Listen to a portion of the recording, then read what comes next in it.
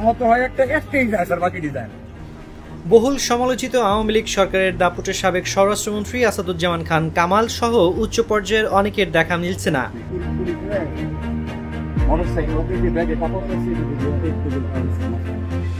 কোথায় তারা?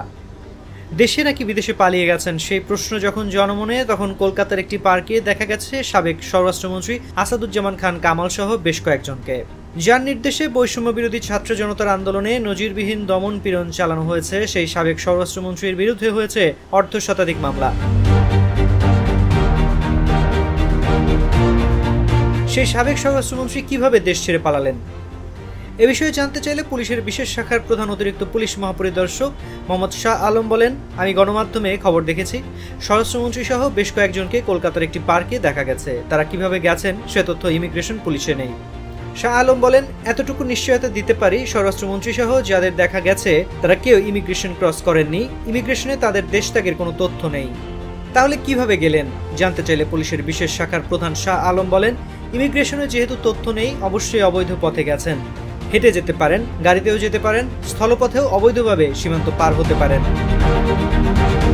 একই প্রশ্ন করা হলে র্যাবের লিগ্যাল অ্যান্ড মিডিয়া উইং এর পরিচালক লেফটেন্যান্ট কর্নেল মুনির ফেরদৌস বলেন, তাদের কাছেও এ ধরনের কোনো তথ্য নেই।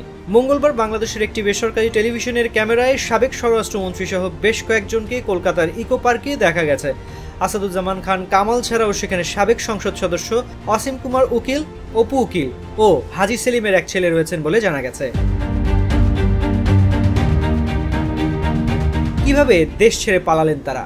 কারওয়ান বাজার র্যাব মিডিয়া সেন্টারে আয়োজিত এক সংবাদ সম্মেলনে জানতে চাইলে র্যাবের লিগ্যাল অ্যান্ড মিডিয়া উইং এর পরিচালক লেফটেন্যান্ট কর্নেল মুনির ফেরদৌস বলেন, আমাদের কাছে এরকম কোনো তথ্য নেই। সাবেক স্বরাষ্ট্রমন্ত্রী বৈধভাবে গেছে নাকি অবৈধভাবে গেছে সে সম্পর্কে র্যাবের কাছে কোনো তথ্য নেই। এখানে র্যাবের কোনো ধরনের উদাসীনতা বা গাফিলতির বিষয় নেই। আমাদের যে দায়িত্ব কর্মপরিধি সে অনুযায়ী সর্বোচ্চ কাজ করে যাচ্ছে।